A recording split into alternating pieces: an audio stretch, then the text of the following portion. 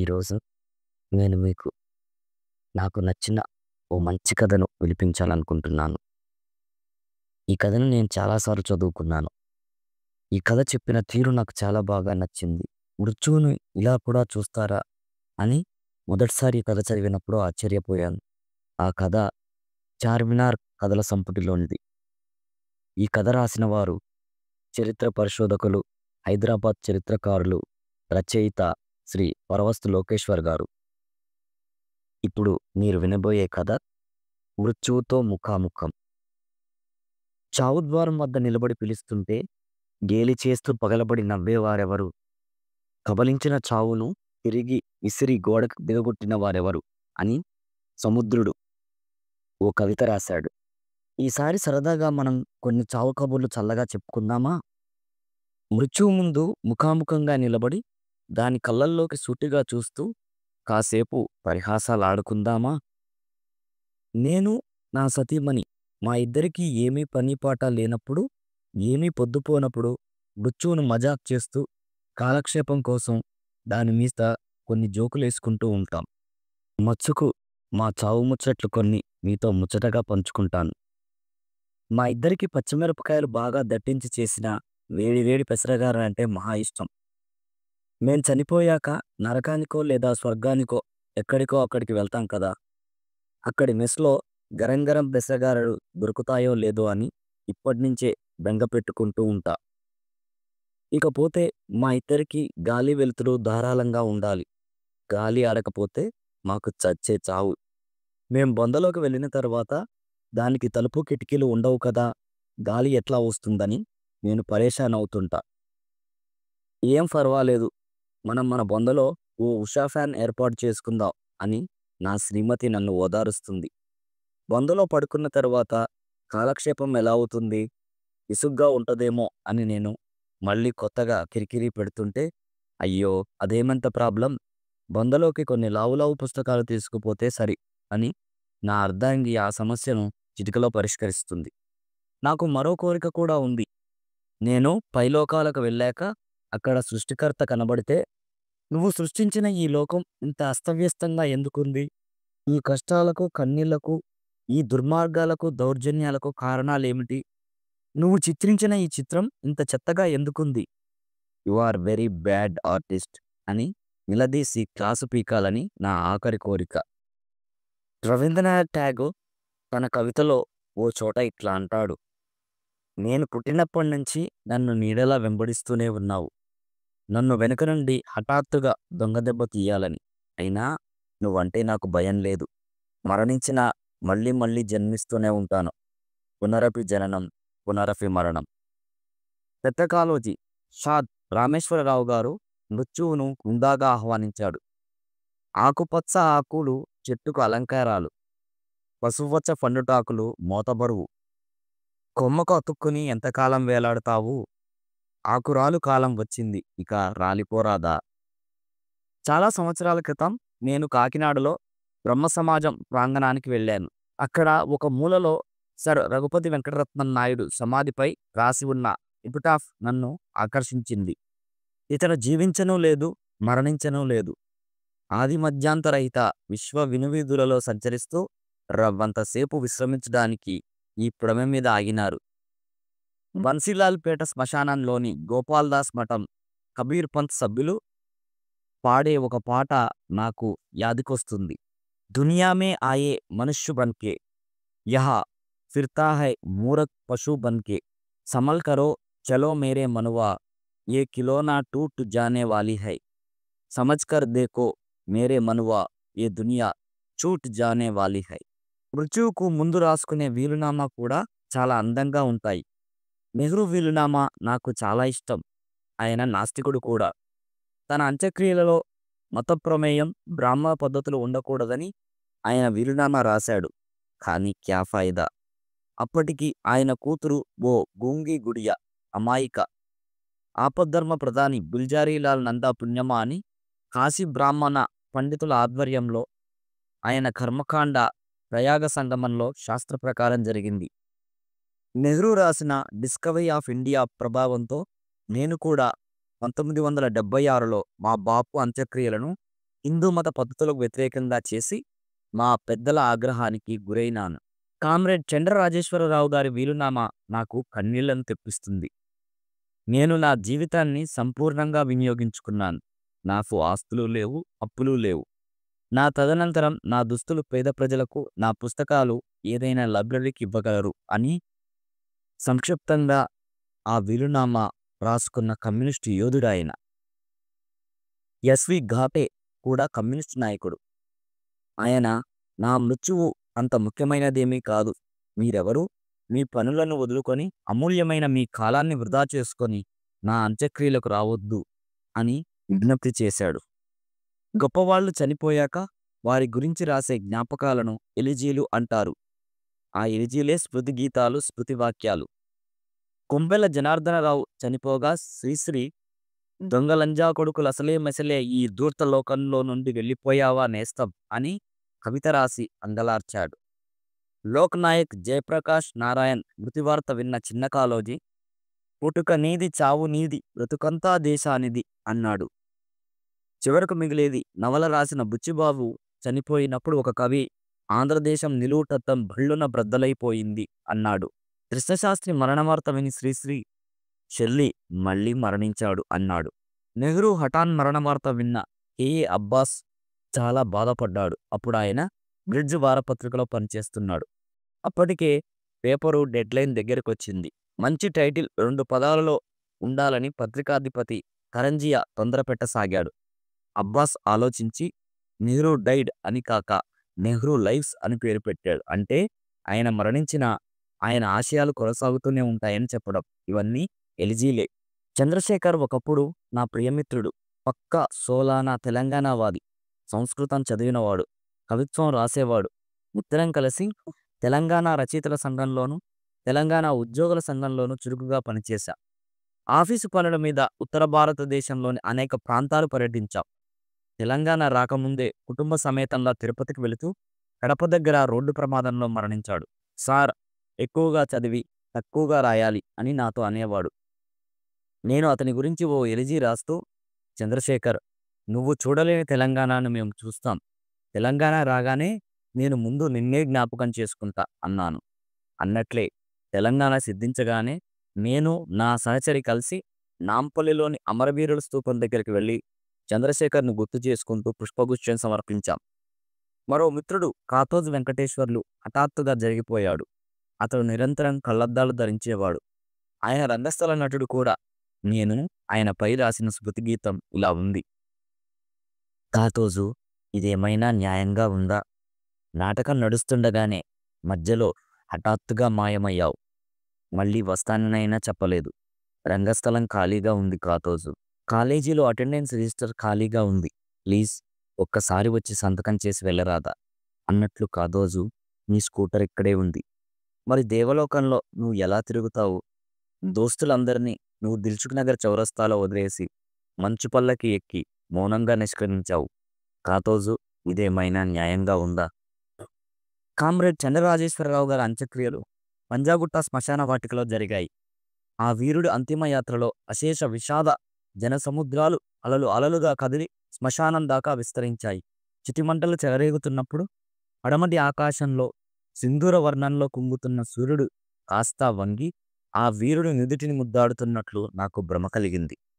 Maoist నాయకుడు Azad alias Cherukuri Raj Kumar encounter అయ్యాక ఆయన అంత్యక్రియలు కూడా అదే శ్మశానంలో జరుగుతుంటే ఆ రుద్రభూమిలో నేను, ఆర్టిస్టు మోహను నిలబడి మధ్య ఆసియా చరిత్రను, మోహిత్ సేన్ స్వీయ చరిత్ర, ఏ ట్రావెలర్ అండ్ ద రోడ్ గురించి హాయిగా గంటసేపు మాట్లాడుకున్నాం. ఆ వీరుడి మరణం మాకు విషాదాన్ని కలిగించలేదు. ఎందుకంటే రావిశాస్త్రి భాషలో వీరుడు ఎక్కువ కాలం జీవించరు, పోరాటాలలో త్వరగానే మరణిస్తారు. ఏ వీరుడైనా ఎక్కువ కాలం జీవించాడంటే వాడు దొంగ వీరుడై ఉండాలి, లేదా అవకాశవాద వీరుడై అయ్యుండాలి.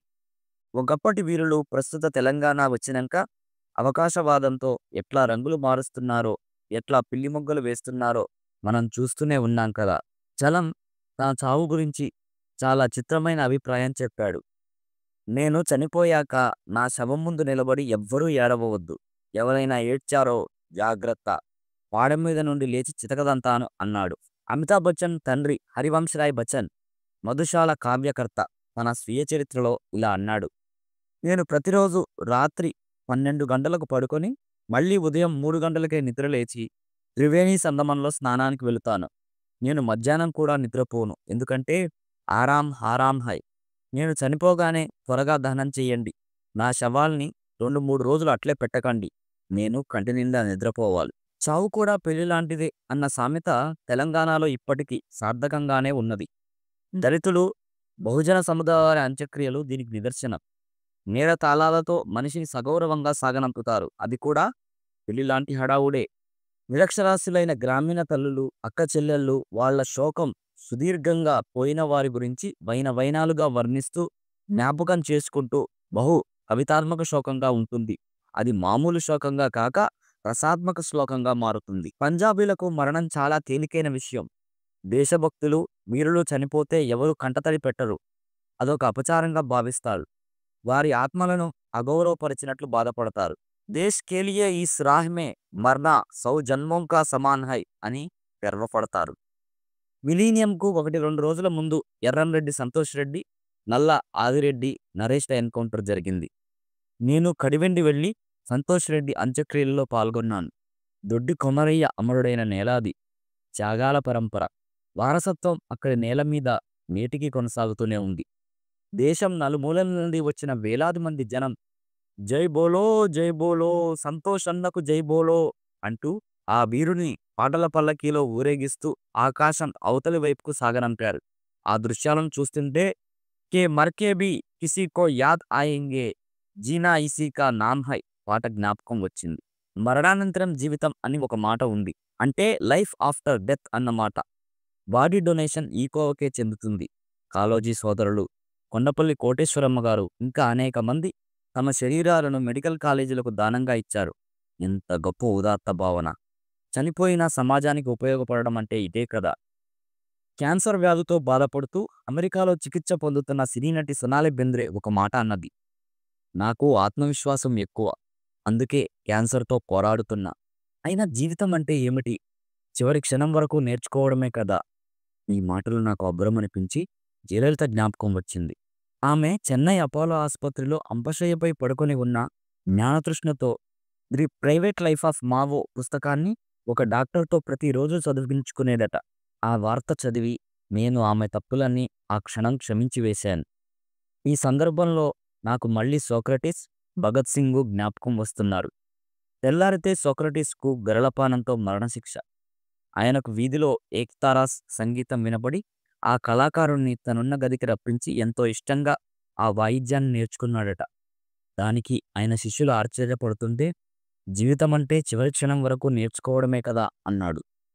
భగత్ సింగ్ కూడా అంతే.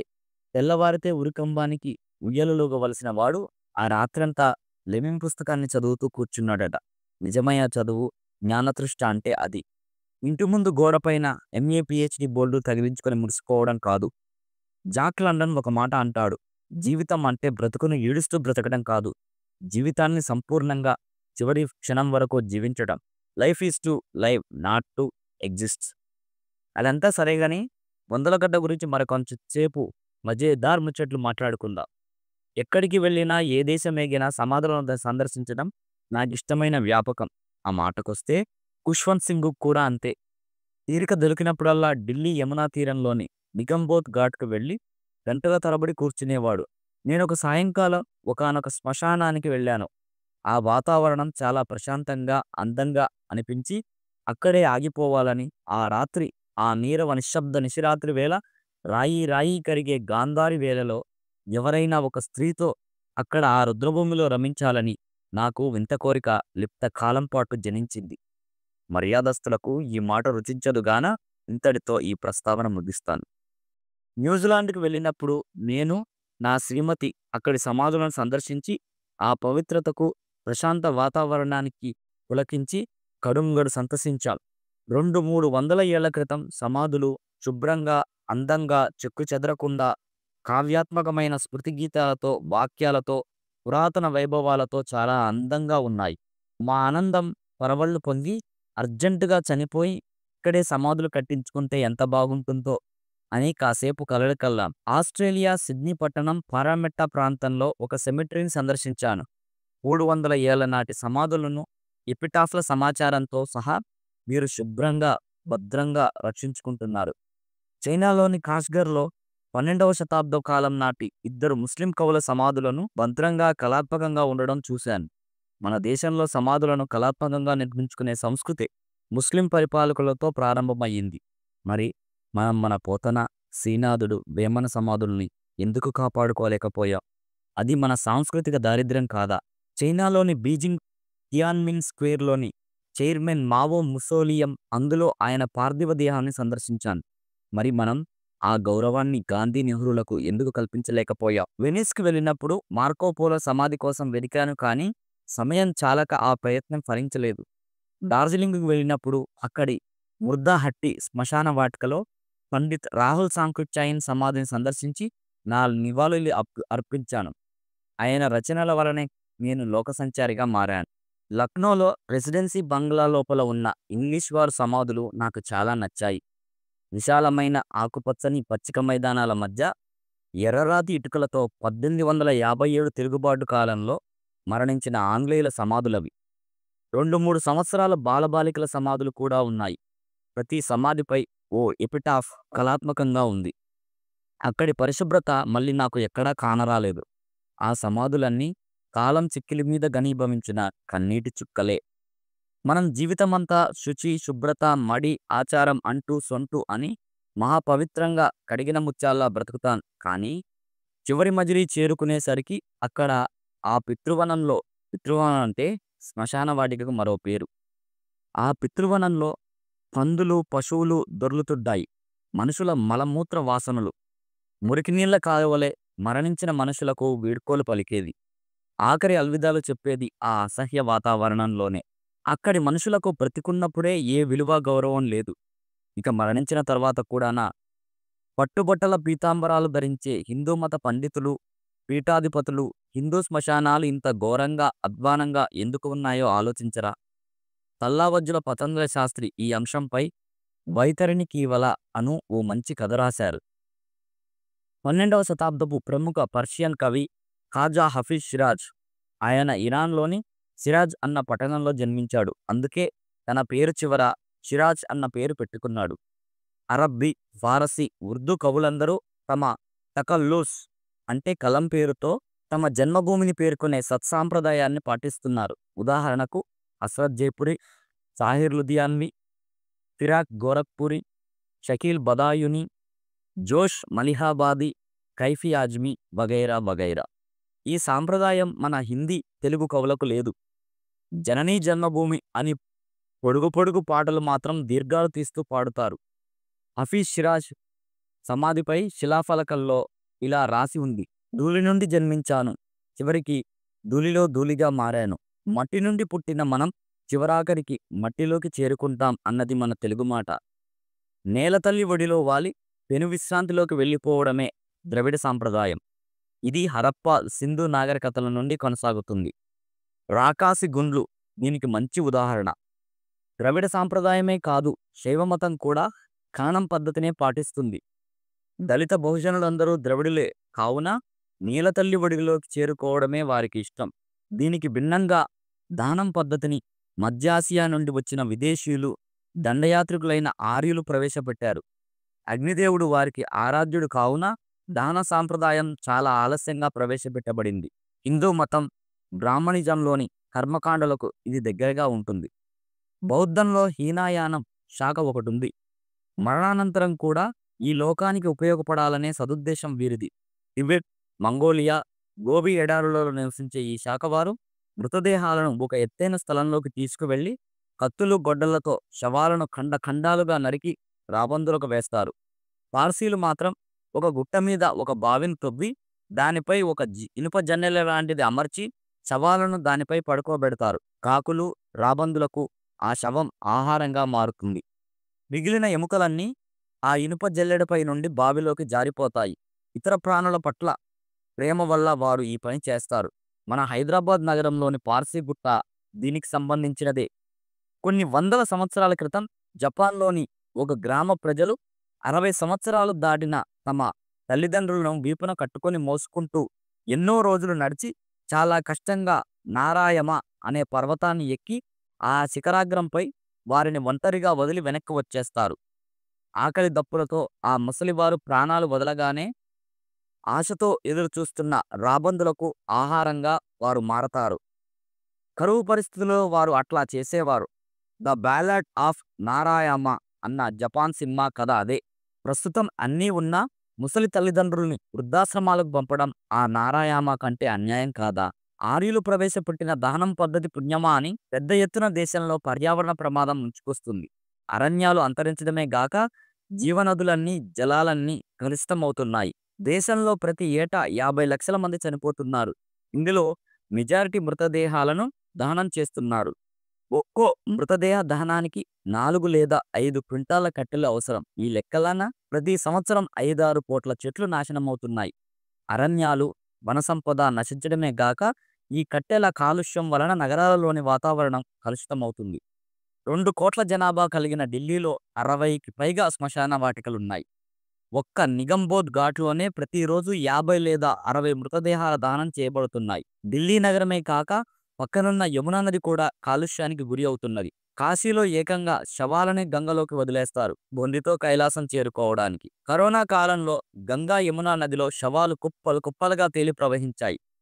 దీనికి భిన్నంగా హరిత శ్మశాన వాటికల ప్రచారం నగరాల్లో ప్రవేశపెట్టబడుతుంది. అవి 3-4 పద్ధతులు. అందులో విద్యుత్ దహన వాటిక పద్ధతి ఒకటి. ఒకప్పుడు బన్సీలాల్పేట, అంబర్పేట శ్మశాన వాటికల్లో వీటిని ప్రవేశపెట్టారు. కానీ స్పందన లేక అవన్నీ తుప్పుపట్టి చెడిపోయాయి. మనం జీవితకాలంలో 2 చెట్లను పెంచుకున్నా మరణించిన తర్వాత మరో 4 చెట్లను నాశనం చేయవద్దని శాస్త్రజ్ఞులు ఘోషిస్తున్నారు. మౌత్ కో సామ్నే రఖ్లేకే జీనా అని మా బాబు చెబుతూ ఉండేవాడు. దాని వలన ఈ క్రింది ఎరుక కలుగుతుంది. సజన్ రే జూట్ మత్ బోలో ఖుదా కే పాస్ జానా హై, నా హాతీ హై నా ఘోడా హై, వహా పైదల్ హీ జానా హై. తీస్రీ కసం సినిమా పాట ఇది. నమస్తే. ఈ కథ మృత్యువుతో ముఖాముఖం. ఈ కథ రాసిన వారు చరిత్ర పరిశోధకులు, కథకులు శ్రీ పరవస్తు లోకేశ్వర్ గారు.